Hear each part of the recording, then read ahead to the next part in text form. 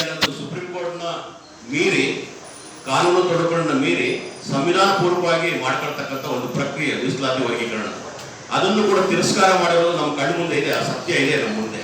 ಅದಕ್ಕೆ ನಾವು ಸ್ಪಷ್ಟವಾಗಿ ಬಿಜೆಪಿ ಸರ್ಕಾರನ ಬೆಂಬಲಿಸಿ ಅಂತ ಏನು ಮಾದಿಗ ದಂಡೋರದ ಮಂದಕೃಷ್ಣ ಮಾದಿಗ ಅವರು ಹೇಳಿದ್ರು ಅದನ್ನು ಖಂಡಿಸ್ತಾ ಇದ್ದೀವಿ.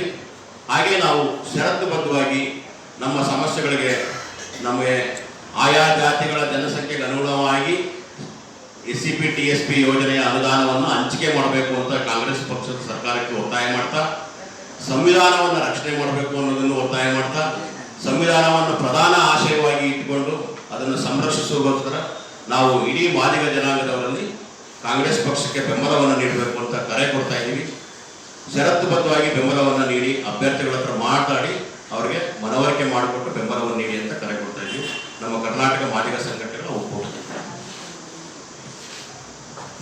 ಸರ್, ಆಂಧ್ರ ತೆಲಂಗಾಣದಲ್ಲಿ ಮಂದಕೃಷ್ಣ ಮಾದಿಗ BJPಗೆ ಸಪೋರ್ಟ್ ಮಾಡ್ತಾರೆ, ನೀವೇನಕ್ಕೆ ಇಲ್ಲಿ ಕಾಂಗ್ರೆಸ್ ಅಂತ ಹೇಳ್ತಾರೆ?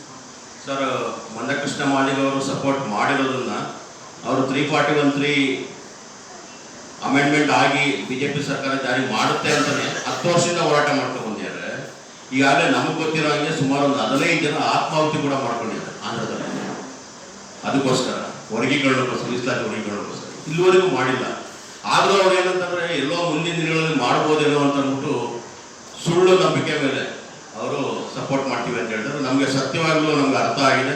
ಈ ಸರ್ಕಾರದವರು ಮಾಡೋದಾಗಿದ್ರೆ ಅಧಿಕಾರಾವಧಿಯಲ್ಲೇ ಮಾಡ್ಬೋದಾಗಿತ್ತು, ಮಾಡಲಿಲ್ಲ. ಅದು ನಮಗೆ ಸ್ಪಷ್ಟವಾಗಿ ಗೊತ್ತಿರೋದ್ರಿಂದ ನಾವು ಮಂದಕೃಷ್ಣ ಅವರ ಮಾದಿಗ ದಂಡೋರ ಅವರ ರಾಷ್ಟ್ರಾಧ್ಯಕ್ಷರ ನಿಲುವನ್ನು ಖಂಡಿಸಿ ನಾವು ಇಲ್ಲಿ ಕಾಂಗ್ರೆಸ್ ಪಕ್ಷ ಕೂಡ ಮೊನ್ನೆ ಆರ್ಟಿಕಲ್ 341(3)ಗೆ ನಮ್ಮ ಸಹಮತ ಇದೆ ಅಂತ ಅಂದ್ಬಿಟ್ಟು ಕೇಂದ್ರಕ್ಕೆ ಶಿಫಾರಸು ಮಾಡಿದೆ.